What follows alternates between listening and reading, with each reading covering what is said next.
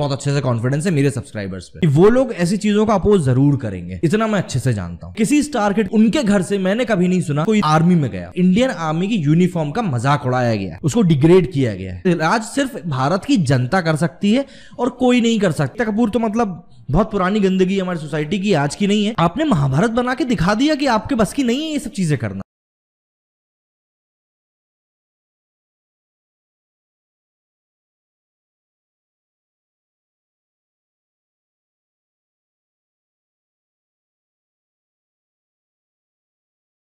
मेरे पिछले वीडियो में जब मैंने कुछ कॉमेडियंस के बारे में बात करी थी और बताया था आप लोगों को कि कैसे ये कॉमेडियंस कॉमेडी के नाम पे सिर्फ अश्लीलता फैला रहे हैं और सिर्फ गंदा बोल रहे हैं हमारे धर्म के बारे में, हमारे लोगों के बारे में, तो मुझे लगा था कि मैंने वो मैसेज अच्छे से आप लोगों तक पहुंचा दिया है।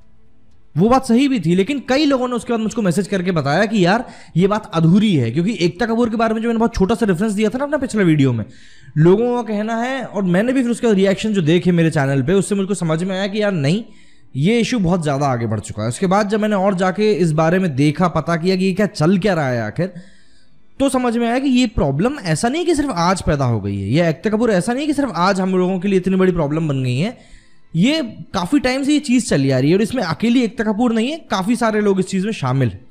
आज इन सब चीज़ों के बारे में बात करेंगे, लेकिन शुरुआत करते हैं आज की इस बात से कि क्यों ये बात करने की हमको ज़रूरत पड़ रही है।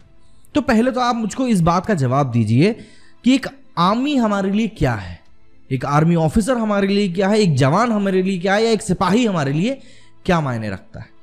वो इंसान जो अपने घर से दूर रहकर हम सबकी रक्षा करता है, वो इंसान जो अपनी पूरी जिंदगी सेक्रीफाइस करके अपनी देश की सेवा करता है, वो इंसान जो सिर्फ अपना पसीना ही नहीं अपना खून भी बहाकर अपने देश के वासियों के लिए हमेशा मुस्तैद खड़ा रहता है। चाहे देश के अंदर कोई ज़रूरत हो या देश के बाहर कोई ज़रूरत हो, वही एक इंसान होता है जो हमेशा बिना सवाल किए हमारे लिए खड़ा रहता है। देश के बाहर के गद्दार हो या देश के अंदर के गद्दार, वो हमेशा हमारे लिए हमारे आगे खड़ा रहता है।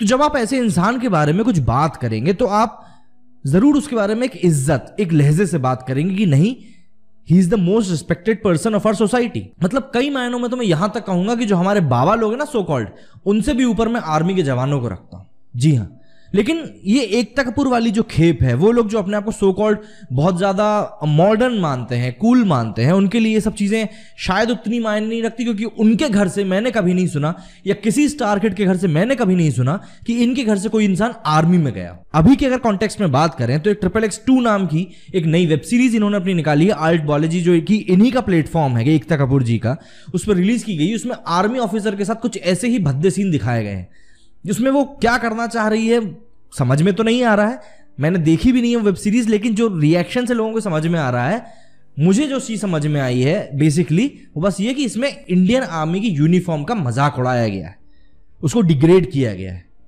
आप क्या दिखाना चाह रहे हो यार हमारे यूथ को?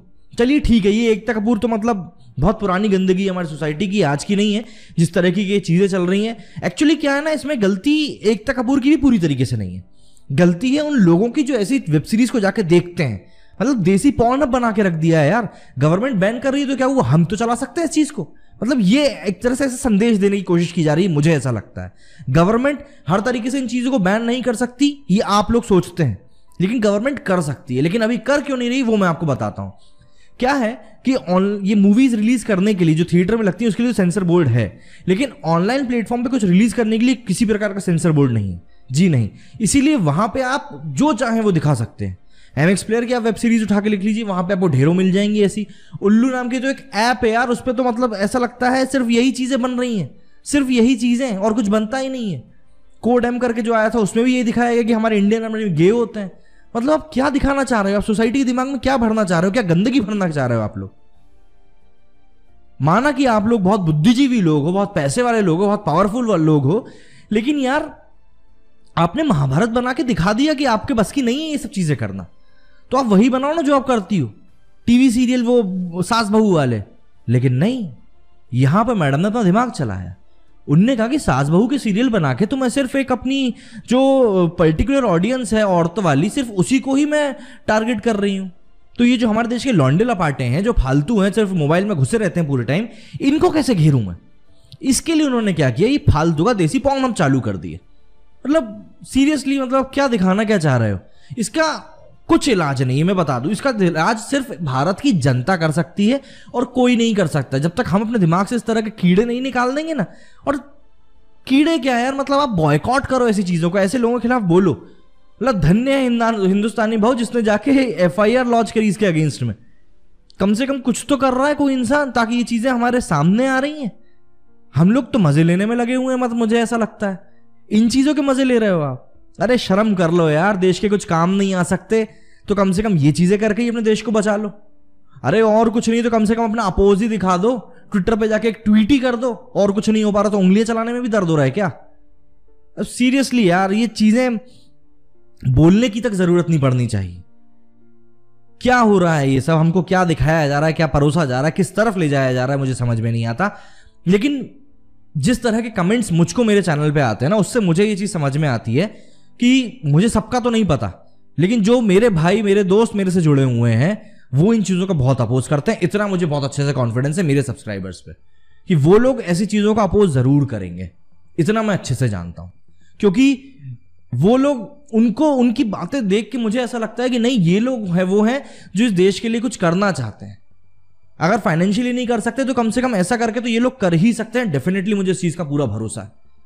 और रही बात इस गंदगी की, तो देखिए ये गंदगी तो रहेगी हमारे बीच में। पहले किसी और तरीके से थी, आज इस तरीके से। ये हमारे ऊपर है कि हम इस गंदगी को कैसे अपनी जिंदगी से निकाल के फेंक सकते हैं। सिर्फ हमारे ऊपर, इसका और कोई इलाज नहीं है, सिर्फ हम ही इसका इलाज कर सकते हैं। तो मेरी बस आप सभी से एक रिक्वेस्ट है कि प्लीज प्लीज इन चीजों को बॉयकॉट करें, ताकि ऐसे लोगों को समझ में आ सके। ये सिर्फ अपनी जेब भरना चाहते हैं, बाय द वे, सिर्फ अपनी भी जेब भरना चाहते हैं। कई एक्टर ऐसे हैं जो स्ट्रगल कर रहे हैं मुंबई में, इन सबका यूज किया जाता है कि आपको ऐसी वेब सीरीज करनी है। उस इंसान को तो काम करना है ना, वो तो करेगा काम। ये डायरेक्टर प्रोड्यूसर की जिम्मेदारी होती है कि वो क्या कंटेंट बना रहे हैं, क्या कंटेंट लोगों के सामने दिखा रहे हैं। मतलब खुद की ऐप बना के ऐसे धंधे चलाए जा रहे हैं यार, देसी पॉर्नअप भी कहूंगा मैं तो इस चीज को। तो प्लीज मेरी रिक्वेस्ट है आप सभी से कि इन चीजों को जरा बॉयकॉट करने की कोशिश करें, क्योंकि हम नहीं करेंगे तो कौन करेगा। वही बात जो मैं हर बार कहता हूं, इसको याद रखिए। जय हिंद, जय भारत।